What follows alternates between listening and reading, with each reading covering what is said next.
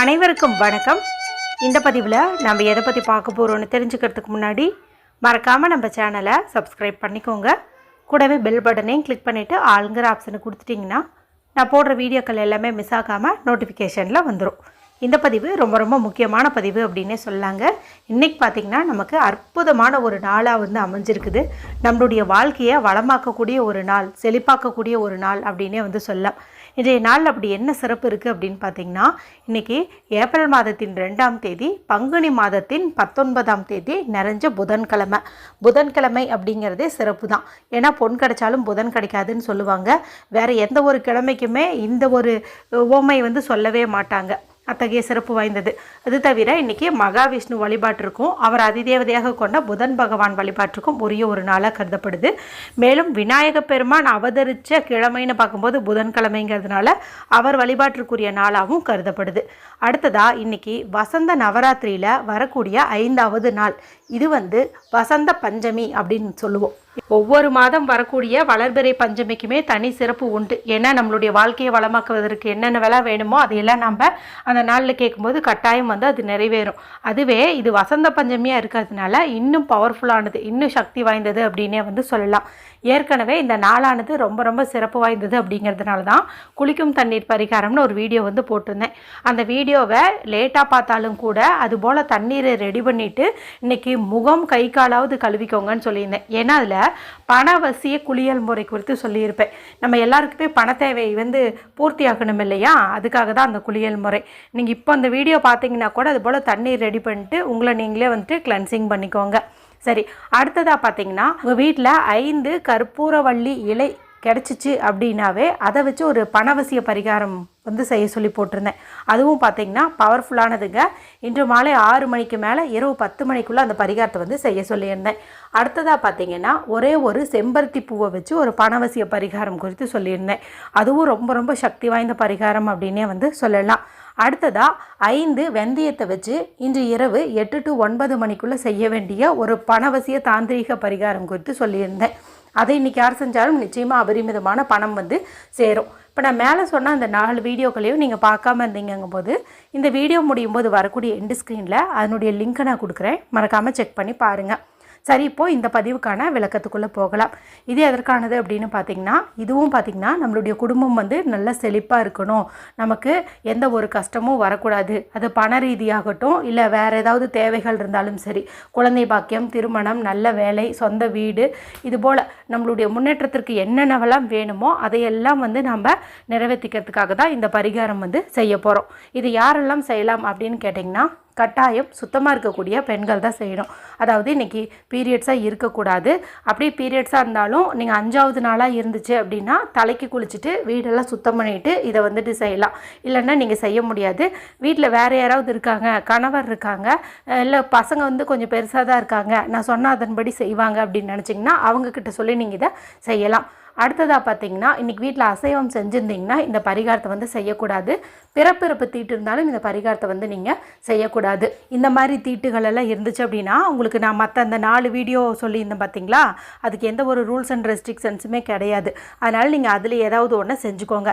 இதை சுத்தமாக இருக்கிறவங்க மட்டும் பண்ணணும். அதுவும் வசந்த பஞ்சமி, ஸ்ரீ பஞ்சமி, இது மகாலட்சுமி தாயார் வழிபாட்டிற்கு உகந்த ஒரு நாள், பணவரவை அதிகப்படுத்தி தரக்கூடிய நாள்.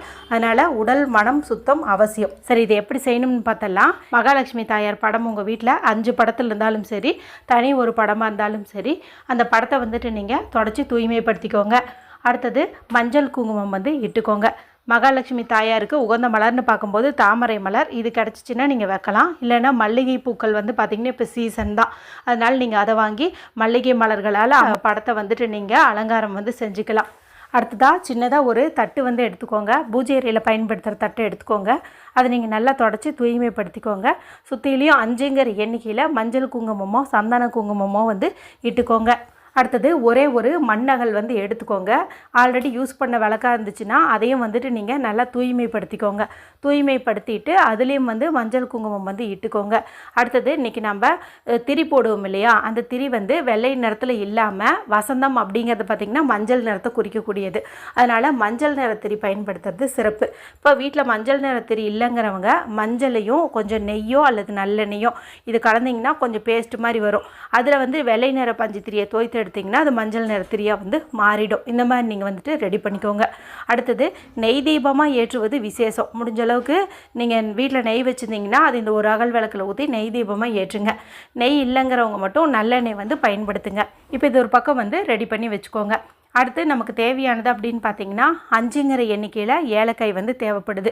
இந்த ஏலக்காய் அப்படிங்கிறது நல்ல ஒரு பணவசிய சக்தி கொண்ட பொருள். மேலும் மகாலட்சுமி தாயாருக்கு உரிய பொருள்னு சொல்லலாம். இன்றைக்கி மகாலட்சுமி தாயார் வழிபாட்டிற்கு உரிய ஸ்ரீ பஞ்சமியா, அதாவது வசந்த பஞ்சமியா வந்து இருக்குதுங்க. அதனால் அவங்களுக்கு பிரியமான இந்த ஏலக்காயை எடுத்துக்கிறோம். மேலும் இன்றைக்கி புதன்கிழமை நாளாக இருக்கிறதுனால மகாவிஷ்ணுவுக்கும் உரிய பொருள்னு பார்க்கும்போது இதுதான். இது விதைகள் வெளியில் தெரியாத மாதிரி நல்லதாக நீங்கள் எடுத்துக்கிறது சிறப்பு. அடுத்து நமக்கு தேவையானது அப்படின்னு பார்த்தீங்கன்னா கொஞ்சம் வெந்தயம், கொஞ்சம் அப்படிங்கிறத விட ஒரு 5 வெந்தயம் அந்த மாதிரி கூட நீங்கள் எடுத்துக்கலாம். ஏன்னா இன்றைக்கி 5ங்கிற எண் வந்து ரொம்ப பிரதானமாக இருக்குது. எப்படின்னு கேட்டிங்கன்னா இது வந்து பஞ்சமி திதி. பஞ்சமி திதிங்கிறது அமாவாசை மற்றும் பௌர்ணமி முடிந்து வரக்கூடிய 5வது திதி. அடுத்து பார்த்திங்கன்னா இன்றைக்கி புதன்கிழமை, புதன் பகவானுக்கு உரிய நாள், அவருக்குரிய எண்ணுன்னு பார்க்கும்போது 5. அடுத்தது இது வாராகி அம்மன் வழிபாட்டிற்கும் உரிய நாள். வாராகி அம்மன் அப்படிங்கிறவங்க சப்த கன்னியர்களில் 5வதாக வரக்கூடியவங்க. இப்போ இங்கே 5ங்கிற எண் தான் பிரதானம். அதனால் 5ங்கிற எண்ணிக்கையில் தான் நம்ம ஏலக்காயும் எடுத்துக்கிறோம், மேலும் வந்து வெந்தயமும் எடுத்துக்கிறோம். இன்றைக்கி நிறைய பரிகாரங்கள் நான் 5ங்கிற எண்ணிக்கையில் வச்சு தான் சொல்லிட்டு இருக்கிறேன். இப்போ அந்த தட்டில் அந்த ஏலக்காய் இருக்குது பார்த்தீங்களா, அதை வந்து கொஞ்சம் கொஞ்சமாக இடைவெளி விட்டு அப்படியே வந்து வச்சுட்டு வாங்க. வச்சுட்டு வந்தீங்கன்னா இப்போ உங்களுக்கு வந்து அது ரவுண்ட் ஷேப்பில் இருக்கும், வட்ட வடிவத்தில் இருக்கும். இப்போ இதுக்கு நடுவில் அந்த அகல் விளக்கு இருக்குது இல்லையா, அதை வந்துட்டு நீங்கள் வைங்க. இந்த அகல் விளக்கையுமே நீங்கள் இப்படி சாதாரணமாக வைக்காமல் செம்பருத்தி இலை இருந்துச்சு அப்படின்னா அந்த செம்பருத்தி இலையை சுத்தம் பண்ணிவிட்டு அதில் மஞ்சள் குங்குமம் இட்டுட்டு அதை வச்சு அதுக்கு மேலே வந்து இந்த அகல் விளக்கு வைக்கிறது சிறப்பு. இப்போ நான் முன்னாடி சொன்னமே இல்லை, நீங்கள் நெய் ஊற்றிருப்பீங்க, மஞ்சள் நிறத்திரியும் வந்து போட்டிருப்பீங்க. இப்போ வந்து இந்த தீபத்தை நீங்கள் ஏற்றி வச்சுடுங்க. அடுத்ததாக அந்த வெந்தயம் எடுத்துக்க சொன்னேன் இல்லையா, அந்த வெந்தயத்தை உங்களுடைய இடது உள்ளங்கையில் வச்சுக்கோங்க, வலது கை கொண்டு முடிக்கோங்க.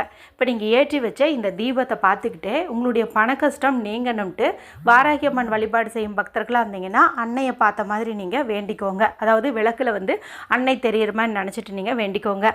இல்லைனா மகாலட்சுமி தாயாரை, மகாவிஷ்ணுவை இப்படி நீங்கள் மனதார வந்து வேண்டிக்கோங்க. எங்கள் வீட்டில் வற்றாத செல்வம் பெருகணும், அல்ல குறையாமல் செல்வ செழிப்பு உண்டாகணும் அப்படின்னு பாசிட்டிவாக வந்து கேளுங்க. கடன் பிரச்சனை கஷ்டப்படுறோமா, எங்களுக்கு பணமே இல்லைம்மா அப்படி சொல்லக்கூடாது. இந்த வளர்பிறை பஞ்சமியாக இருக்கிறதுனாலையும் வசந்த பஞ்சமியாக இருக்கிறதுனாலையும் வேண்டும் வேண்டும்னு தான் சொல்லணும். எங்களுக்கு அல்ல குறையாமல் பண வரவு வேண்டும், பணம் பெருக வேண்டும், பணம் சேர வேண்டும், இப்படி தான் வந்துட்டு நீங்கள் சொல்லணும். திருமணம் கைகூட வேண்டும், குழந்தை பாக்கியம் வேண்டும், சொந்த வீடு வேண்டும், இந்த மாதிரி வந்துட்டு நீங்கள் கேளுங்க.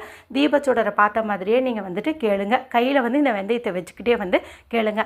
அதன் பிறகு இந்த வெந்தயத்தை அந்த விளக்குல எண்ணெயோ நெய்யோ ஊற்றின பாருங்கள், அதில் வந்துட்டு நீங்கள் போட்டுருங்க. இப்போ உங்களால் எவ்வளவு முறை முடியுமோ அவ்வளவு முறை ஓம் ஸ்ரீம் ஸ்ரீயை நமக, ஓம் ஸ்ரீம் ஸ்ரீயை நமக, ஓம் ஸ்ரீம் ஸ்ரீயை நமக அப்படிங்கிற மகாலட்சுமி தாயாருக்குரிய மந்திரத்தை சொல்லுங்கள். 27 முறை 108 முறையும் சொல்லலாம். அவ்வளவுதான் நம்ம செய்ய வேண்டியது. அதன் பிறகு நீங்கள் ஊதுபத்தி, சாம்பிராணி இதெல்லாம் காட்டலாம், கற்பூர ஆரத்தி காட்டலாம். அதன் பிறகு இந்த விளக்கில் இருக்கக்கூடிய அந்த நெய்யோ எண்ணெயோ குறைஞ்ச சமயத்தில் பூவின் காம்பை கொண்டு அதை நீங்கள் குளிர வச்சுக்கோங்க. இந்த விளக்குக்குள்ளே போட்ட அந்த வெந்தயத்தை நீங்கள் எங்கேயாவது மரம் செடி கொடிக்கு அடியில் வந்துட்டு திரியோடு சேர்த்து தூக்கி போட்டுருங்க. அந்த 5 ஏலக்காய் இருக்குது இல்லையா, அதை மட்டும் நீங்கள் மறக்காமல் எடுத்து உங்களுடைய பணம் வைக்கக்கூடிய பீரோவில் 2, பர்ஸில் 2, ஹேண்ட்பேக்கில் 1, இல்லைன்னா உங்கள் கணவருடைய பர்ஸில் 2, உங்களுக்கு 2 அப்படி வந்துட்டு நீங்கள் யூஸ் பண்ணிக்கோங்க. ரொம்ப ரொம்ப சிம்பிளான இந்த தீபமேற்றும் முறையை இன்று மாலை அவசியம் வந்துட்டு எல்லாருமே ஏற்றி பலனடைங்க.